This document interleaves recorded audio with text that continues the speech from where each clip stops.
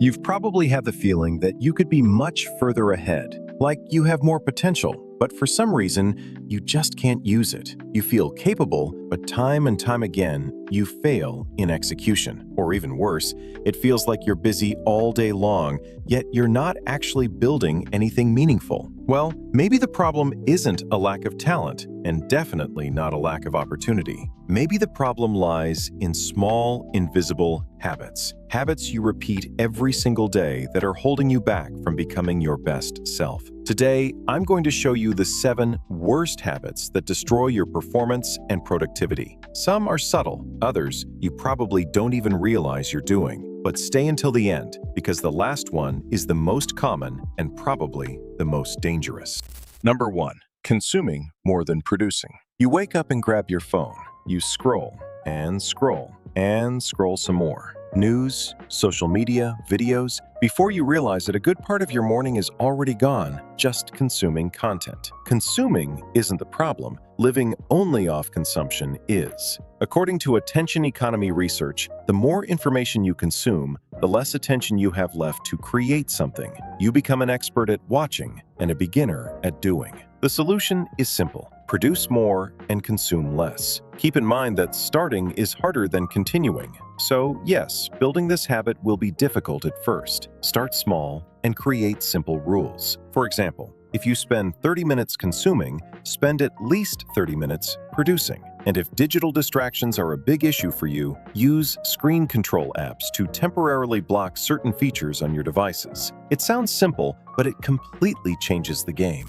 Number 2. Confusing being busy with being productive. A full schedule, a lot of tasks done, 0 real progress. You reply to messages, organize spreadsheets, spend more time choosing the perfect font than actually finishing that report that was due last week. And somehow, it makes you feel productive. But in reality, you're just avoiding the hard work. This is known as busy work, focusing too much on repetitive, low-impact tasks. Before starting any task, ask yourself, does this actually move my life forward? What's the fastest and most effective way to finish this? Is this really what I should be doing right now? Spending a few seconds asking these questions can save you hours of procrastination.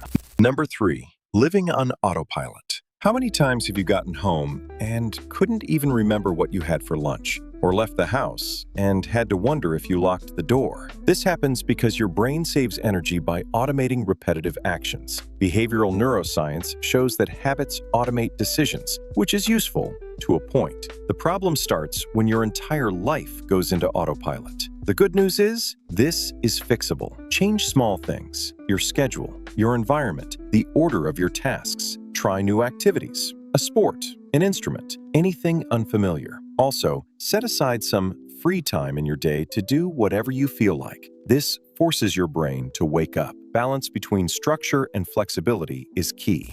Number 4. Avoiding discomfort at all costs. Let's be honest, most of the time, we know exactly what we should be doing. We just don't want to do it, so we come up with excuses. Your brain is naturally wired to avoid pain, physical or psychological, and important tasks are often uncomfortable. Even the concept of work has historically been associated with burden or punishment. This one is harder to fix. It requires breaking mental barriers, which usually comes with time and maturity. But here's something that helps. Break tasks into small steps. Create a clear beginning, middle, and end. This gives you a sense of control and predictability, and once you start, continuing becomes much easier.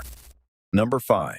Depending on motivation. I'm not feeling motivated today. If you're an adult and still rely on that sentence, it might be time to rethink things. Motivation is inconsistent, emotional, and temporary. Building your life around it is like driving a broken car that only starts when it feels like it. Actually, it's worse, because over time that car takes longer and longer to start. As you get older, things don't get easier, they get harder. But with that comes maturity, and with maturity comes discipline. Discipline is a skill. It doesn't appear out of nowhere, it must be trained. It's the ability to do what needs to be done even when you don't feel like doing it. And how do you build it? By applying everything we've talked about so far.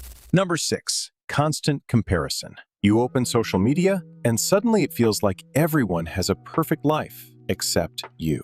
Everyone looks better, earns more, travels more, and somehow your life feels stuck. This is one of the biggest distortions created by social media, the illusion of a perfect life. Here's the truth. People lie, and often they lie more to themselves than to others. No one wants to show insecurity, failure, or problems. But everyone controls what they post. Every like, every comment, every new follower feeds the ego. Comparing yourself to others is a losing game. There will always be someone better, richer, more attractive. That's life. Instead, compare yourself to who you were yesterday. Ask yourself, am I better than last week? Better than last month? Better than last year? That's the only comparison that matters.